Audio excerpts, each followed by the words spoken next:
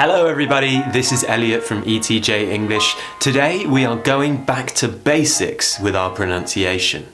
Why are we doing this, do you tell me? Because, in fact, the most common words are the words which have the most common mistakes with non-native speakers.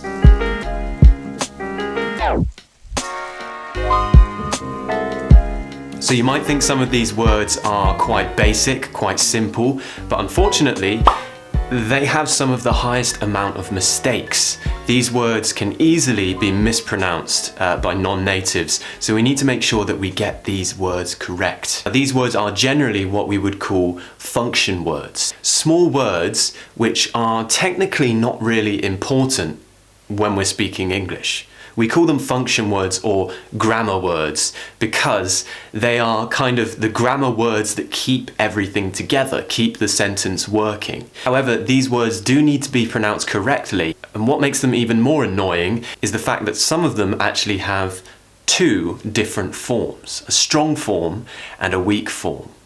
I'm going to explain this when we talk about these 10 words, so why don't we just go straight into it. Let's start with number 1. So firstly, you guessed it, the word I.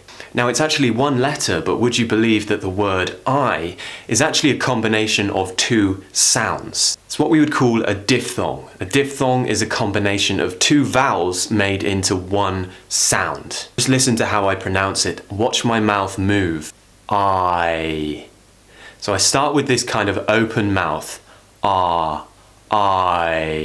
And then I go into a nice smile with that E sound. I. This word, if it's said quickly, sometimes will actually become a schwa sound. For example, I want to buy a new handbag could become I want to buy a new handbag. I want to buy a new handbag. Now this is when native speakers are talking fast. Sometimes these unimportant words, if they're not stressed in a sentence, they will become relaxed, and we often use the schwa sound. So it even happens with I. Next word, have. The movement of the mouth, we're starting ha. Pronounce that v sound. The teeth need to connect with the bottom lip, and we vibrate the sound. Have. Let's try a practice sentence with this. I have a question. I have a question. I'm also connecting my speech here because have finishes with a consonant sound. We can move that consonant to any vowel at the beginning of the next word. Have. I have a question. And we don't want to hear have, we want have. Next word, that. Once again, we have this a sound, this vowel sound in the middle. But the most important part of this word is the TH sound at the beginning. I have done a video about the TH sound if you need some help with that. Just a quick rundown. This tongue goes between your teeth, just the tip of the tongue, okay? That's the sound we need to make. I was actually trying to get a wasp out of my house earlier. It got stuck in the window. And I was thinking how the sound is very similar to when we pronounce this sound, when they fly around. So the word, that. Make sure you're finishing with a nice T sound at the end. The reason why is because it does make your British English sound a little bit more sophisticated. I don't always pronounce the T's at the end of my words. I will drop them or glottalize them if I want to. It's really up to you, the formality of your speech and how you're feeling. So I could say this and that, or I could say this and that. And that's a nice little tongue twister for you to practice. This and that, this and that, this and that. Try and say that 10 times as fast as you can, see how you get on. Next, in. This one's really important because we have a short sound here, I. This sound, unfortunately, a lot of my students on my pronunciation course pronounce it as E. So, for example, they might say in instead of in. Now you might not even notice the difference, but I do. So your tongue needs to kind of lift just behind, not touching, but behind the top teeth. And you need to create a very quick pushed sound. I.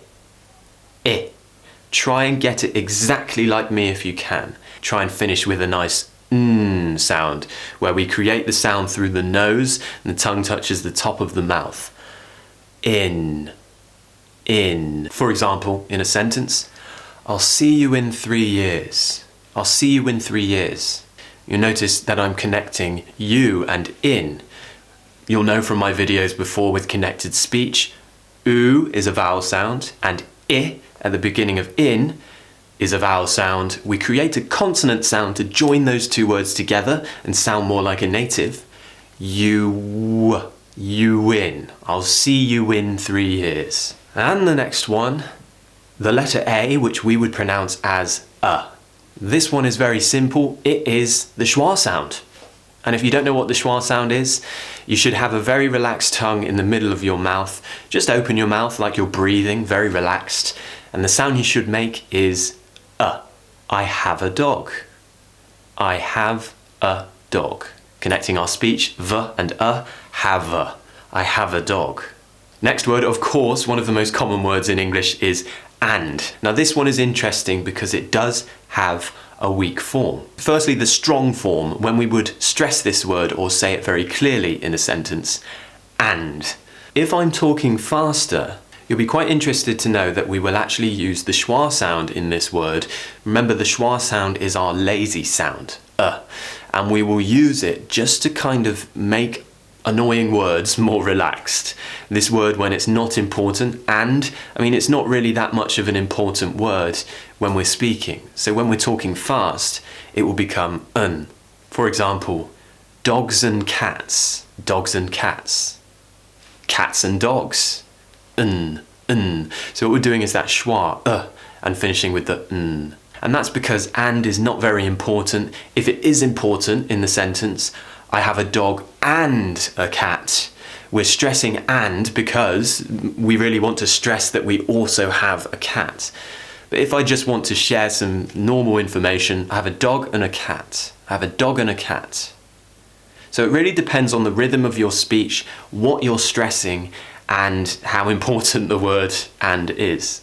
Okay, it's a very common word though, right? I've probably said it about 50 times already in this video. We're getting into the good stuff now. We're getting even more common with these words. The next word is of. Once again, this has a weak form. Can you guess what it is? Vowels are often replaced by the schwa sound, so hopefully you're right, it should be of. Firstly, of. Round shape with the mouth. O. Of. Teeth going down to that bottom lip. Of. So firstly, I could say, the capital of England is London, if I'm talking slowly. If I don't want to sound so much like a robot, I want to know the weak form. And the weak form, like we said, is of. The capital of England. The capital of England is London. Of. The reason why we do these weak forms is because it's much easier to pronounce the schwa sound. It's in the middle of the mouth. Everything is relaxed. It just makes more sense, right? To. Once again, it does have a weak form. Firstly, let's talk about how to pronounce the strong form. Oo. That's that vowel sound. Oo. Oo. Look how small my mouth is. Oo. The tongue is lifting up. Oo. To. For example, I went to school today. That's how we'd say it if we wanted to sound like a robot. Generally, I will pronounce this as t. Once again, using the schwa sound, t. I went to school today. The second most common word in British English is be. So, you know earlier we mentioned the I sound. For example, in a word like it. I. Tongue lifts up. This time, the tongue needs to go a little bit higher. You should feel the sides of your tongue kind of touching your top teeth. Be. I want to be a doctor. Number one most common word in English is, of course, I hope you guessed this right, the word the. So there are two different ways of pronouncing the word the. You could say the, or you could say the. Firstly, I want to stress once again that the word the is extremely important and it has to be pronounced correctly every time. And that means pronouncing that TH sound, the. Okay, it's just a TH and a schwa, so it should be easy. The. So firstly, we pronounce it with the schwa as the when there is a consonant after the word, so when the next word begins with a consonant. However, if the next word after the begins with a vowel, for example, earth, island, education, whatever word you're talking about, we will then pronounce the as the, and we will connect our speech. So let's just talk about this sentence here. The dog, we know we're saying the because dog begins with a consonant. The dog lives on the island. The dog lives on the island. That is a brilliant sentence for you to practice because you're learning how to use the and the. So the, we know we're doing that big smile. E, the, we know we're doing the schwa. So there you go. Your most common word in British English was the word the. I hope you found this list quite useful, and I hope I've also taught you a few things about pronunciation here. I know it's a really simple lesson, but you need to know this kind of stuff if you want to sound clear and confident in your English. You have to learn this simple stuff. As we say, go back to basics. It's so important because when you get in bad habits with your pronunciation, then you're never going to get back. So it's good to learn this now while you can, and then start focusing on the big sounds, the big words, the complicated stuff. Now, if you're really interested in really pushing your pronunciation to the next level, sounding great with your pronunciation and spoken English, I really recommend that you join my pronunciation course. The link's below, but you can go to etjenglish.com and you can sign up right now and start improving your pronunciation and spoken English. I look forward to meeting some of you there soon and chatting to you on WhatsApp. But for now, that's it for this week. I will see you in the next video. Cheers, guys. Bye.